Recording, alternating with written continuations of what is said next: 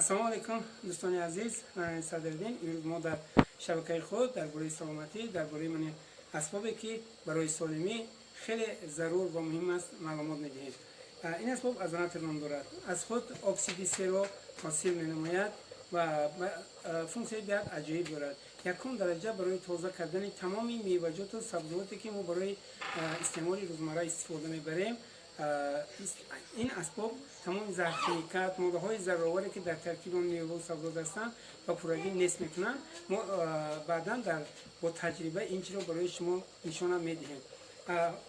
از همه خوبیش این که ما میتونیم آب رو از این رد کنیم. آبی از این رد کرده شده را اگر کسی استعمال نماید، علمان ژاپنیا اثبات کردند که طول یک ماه اگر ما آبی از این رد کردگی استفاده بریم 80% بیماری‌های بدن انسان و کلی نصف میشوند. چون که امروز نوشیدن آب تازه یک تشویش جامعه جهانی نیز گشته است. برای تازه کردن هوای خانه ناز استفاده میشد.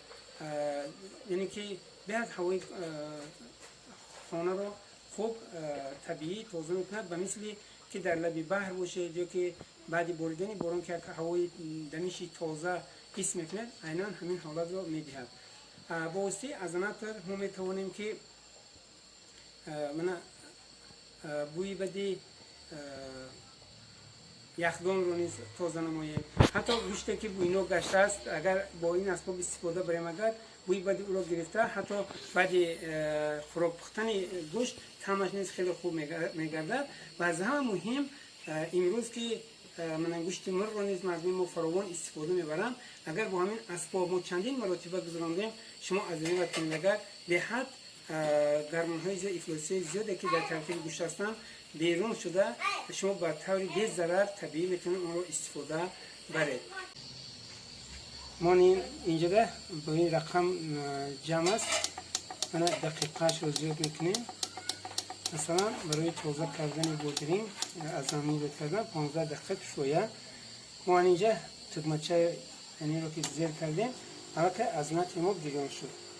من در اینجا کنیم ما در یک ظرف آب گرفتیم، بودرینگ رو رانی رو بپشتیم. وقتی کمی رو میمونه طور را بودرینگ رو تازه نکنیم. برای اینکه بودرینگ خوبتر تازه شود، من سر هم نشی بودرینگ رو با پروژه گرفتم در کار.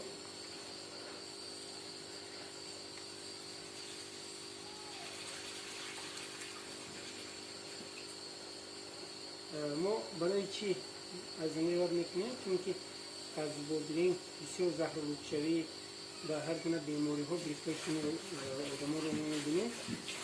همین با عظمت تازه کردن بودرینگ بهترین قسمتش است که تمام زهرخانیکات، تمام ماده‌های زهرخوار که در ترکیب بودرینگ باشد اگر همه‌ش با پروژه نیست کرده اون رو بی‌ضرر می‌گرداند و مزه و طعم بودرینگ مثل مزه طعم بودرینگی که در کوهستان. حالا ما پشت نیز کربوری نیز برای همه فقط برای از روی کردن که خوبتر و بهتر از دنیا رد شود، ما اون رو با پیست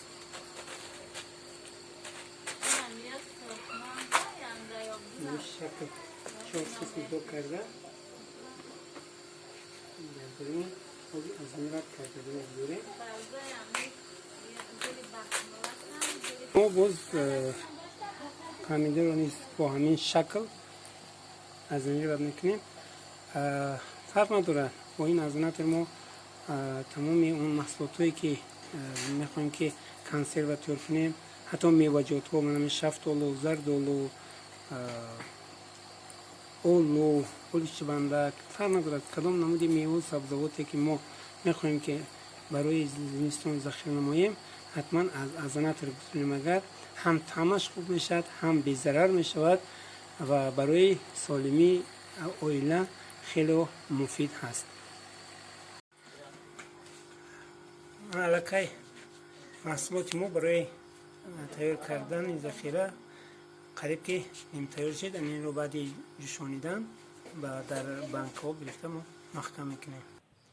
اینک غذای تیار کرده ما برای ذخیره زمستان آماده گشت. بعد تماشای این نوار حتما لایک کنید، فکر و درخواست خود را نویسید. این نوا را با اون نفرانی که دوست می‌دارید، قدر میکنید و احترام میکنید حتما روان کنید. سالمی خود و سالمی اهل اویله را نگاه دارید. این اسباب را حتما دسترس نمایید. در هر خاندان و مثل همین اسباب دیگر زیاد من یخدان، کندیسنر، تلویزیون، من آنتنای پرابلی دیگه چی هستن که با وجودی که ضرر داشته باشن در خاندان استفادهش میبریم. این اسباب با کلی فقط فایده میرساند و خلاص. بهترین است که همین اسباب اگر در خاندان هر کدوم ما شما باشد برای سالمی خود و اهل اویله ما میتونیم یک خدمت بزرگ نماییم.